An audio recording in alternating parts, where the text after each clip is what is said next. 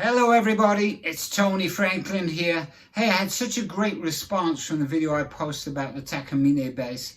I want to share some more because honestly, I'm still really getting to know this instrument. Even though I've had it a few years, I've never really spent a lot of time on it and get to know it and compare it with my regular fretless, my Fender signature model. Because it really is a different world. They are completely different worlds. This really is like an upright with its action. In fact, I'm going to have it set up by somebody who knows how to do that stuff. Because I can tell you immediately with my electric, it's like, okay, yeah, this action is a little down, or this pickup needs to be raised a little bit, or I need to adjust the truss knot, or I'm getting a little groove or a rut going there. I know what to do, and most of the time I can do those things myself. With this is a whole new world for me. But I have to say, as an electric fretless player, transitioning to an instrument like this, and it's not going to be my permanent thing, but it's such an incredible addition to have because it sounds just like an upright. Well, I think it does.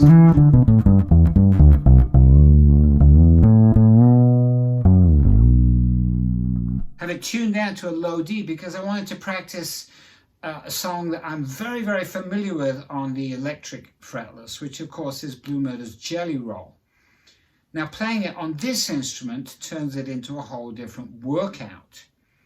So anyway, I'll stop talking and I'll just play a little bit.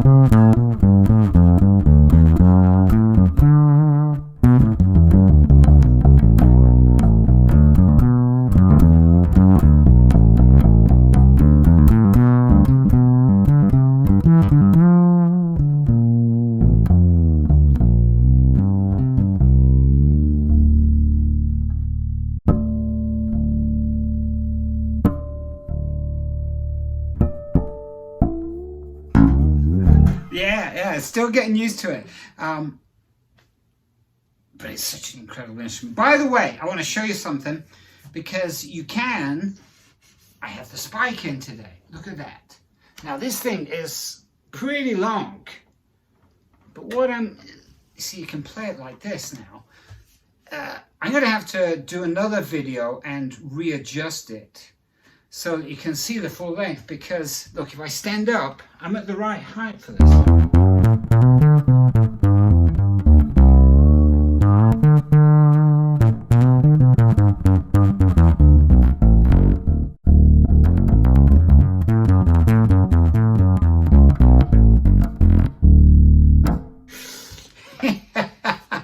It's fun, but I'm still learning it. I'm going to have it set up properly. But let me show you. I can play this with a bow, which I'm going to be getting soon, and that'll be a whole new experience as well. I don't know if you can see the radius, and there's the spike, by the way. Look at that. It's adjustable. You know, you can make it to different lengths. You can make it pretty short. You could do it pretty tall, which is really, really cool for tall people. But look, if you can see the radius on the fingerboard, if I can get the right angle, it almost looks like a cello, doesn't it? Look at that. Almost looks like a cello. If you can see that, there you can go. You can see the radius on that a little bit more. Right? So it's very, very different to my regular fretless. And the strings, of course, are a lot higher, so that it will accommodate, you know, the bow. I used to play upright. I didn't take it to any great level because it was not my thing and I was not so good at it. Not that I wasn't good, I could have been, but the electric fretless was always my thing. But I was playing the double bass before I started playing the electric fretless. I think it probably helped me. And it certainly helps me now when I'm playing on this. But, you know, it's a wonderful transition instrument from electric bass, electric fretless, or even regular electric, although I definitely recommend doing electric fretless first.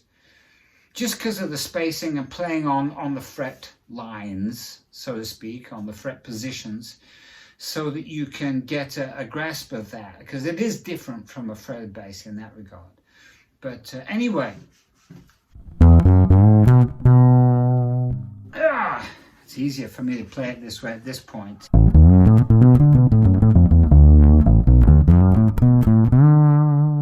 I used to play show tunes.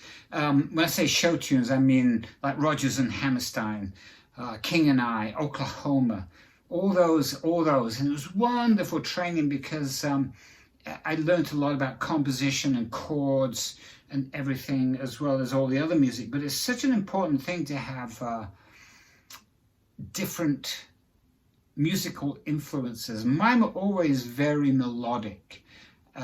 So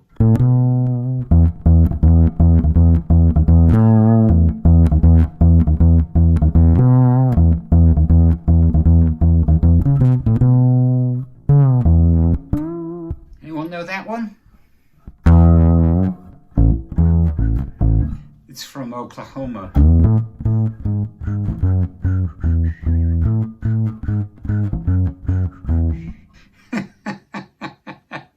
I love that stuff.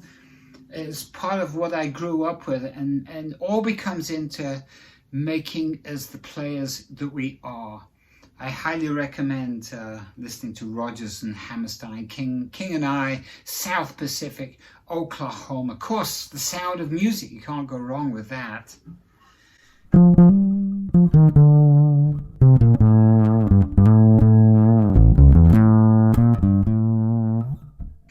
I could go on for hours with this stuff, I really could. But anyway, I'll be posting more about this incredible instrument, which I'm still getting to know. I'm going to have it set up so that I can play it optimally.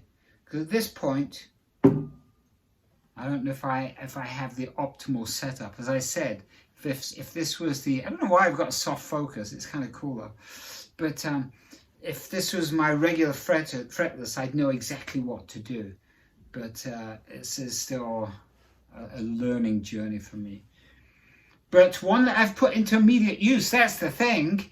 It's not just me like, oh, I've got to spend a couple of years on this. No, I've put it into immediate use with recording sessions and all sorts of things. So it's been, ever since I posted, I've had a lot of requests for people to play on this stuff. So it's very, very cool, and I'm excited about it. And but don't worry, I won't ever stop playing my electric fretless, the fretless monster am I. I'm still a novice on this one. I guess I got a little bit of a head start, but you know, I'm still learning it and enjoying it and loving it, and so wanted to share that journey with you. But anyway, thanks for indulging me.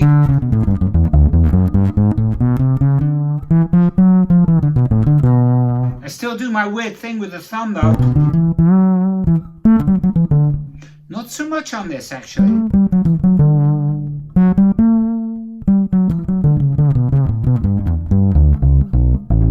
I do that a lot on the electric fretless where I remove the thumb up here. I think that is actually an upright technique, especially when you start getting up here and doing all the solo and you use your thumb as a stop. I'm not at that point yet, but wrong season for that. Anyway, all the best, my friends. Thanks for indulging me, and all the best till next time from me and the Takamine TB-10. Cheers, bye.